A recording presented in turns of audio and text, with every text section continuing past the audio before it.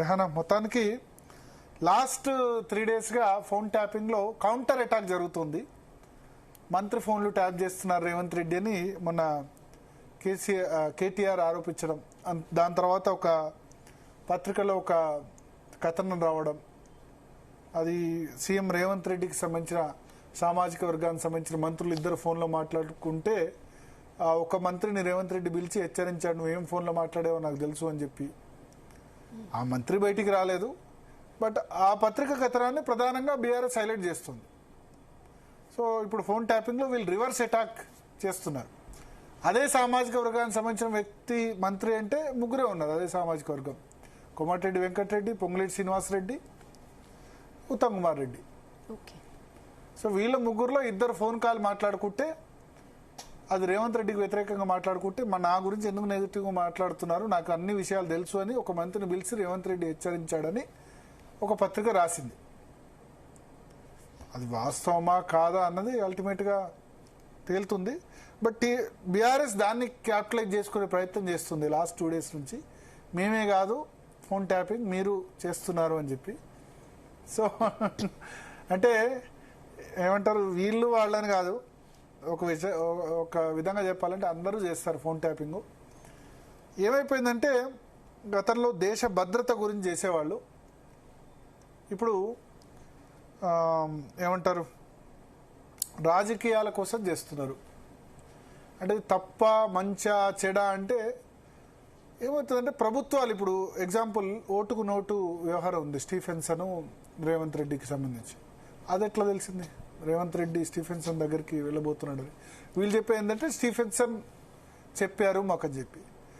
అప్పుడున్న వాళ్ళు చెప్పేది అంటే అది కూడా ఫోన్ ట్యాపింగ్ ద్వారానే తెలిసింది, పలానా సమయంలో ఆయన డబ్బులు ఇచ్చింది వాళ్ళ ఇంటికి వెళ్తున్నారని ముందే తెలిసి స్టీఫెన్సన్తో మాట్లాడి నీకు ఆయన కాంటాక్ట్ చేసి నువ్వు ప్రయత్నం చేస్తున్నారు కదా నువ్వు లొంగకు అని చెప్పి ఆ వచ్చే సమయానికి కెమెరాలు పెట్టి దాన్ని క్యాప్చర్ చేసి ఓటుకు నోటు వ్యవహారం క్యాప్చర్ చేశారు.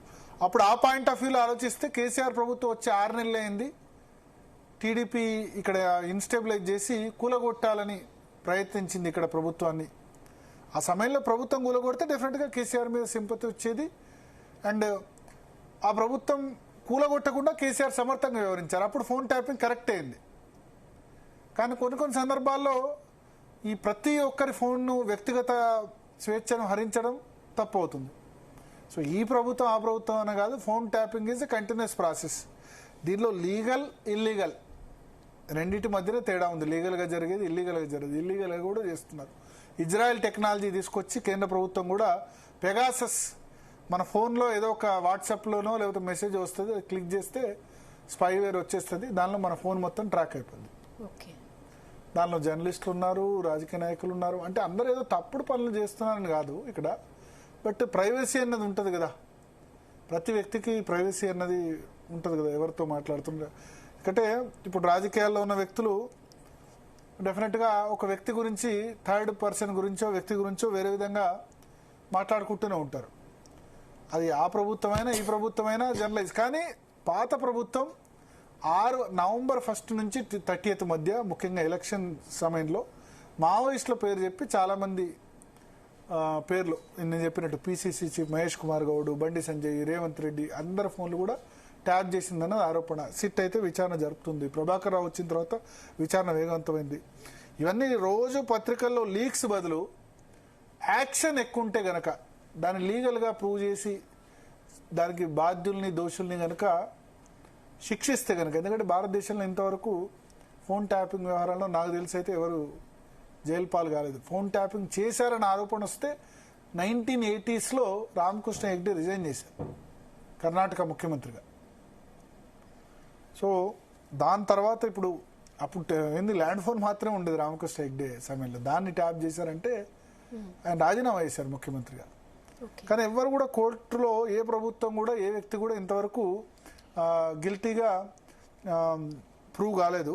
చూద్దాం మరి, ఇప్పుడు సిట్ 20 నెలలుగా విచారణ జరుపుతుంది కాబట్టి దీనిలో ఎవరైనా దోషిగా శిక్షించే అవకాశం ఉందా, దీనిలో ఇది ఎక్కడి వరకు వస్తుంది అన్నది చూద్దాం. Okay Bharat, thanks for the analysis. చాలా ఇంపార్టెంట్ టాపిక్స్ మీద ఇవాళ అనాలిసిస్ జరిగింది. రేపటి DNA లో మళ్ళీ కలుద్దాం. Stay tune to Zee Telugu news.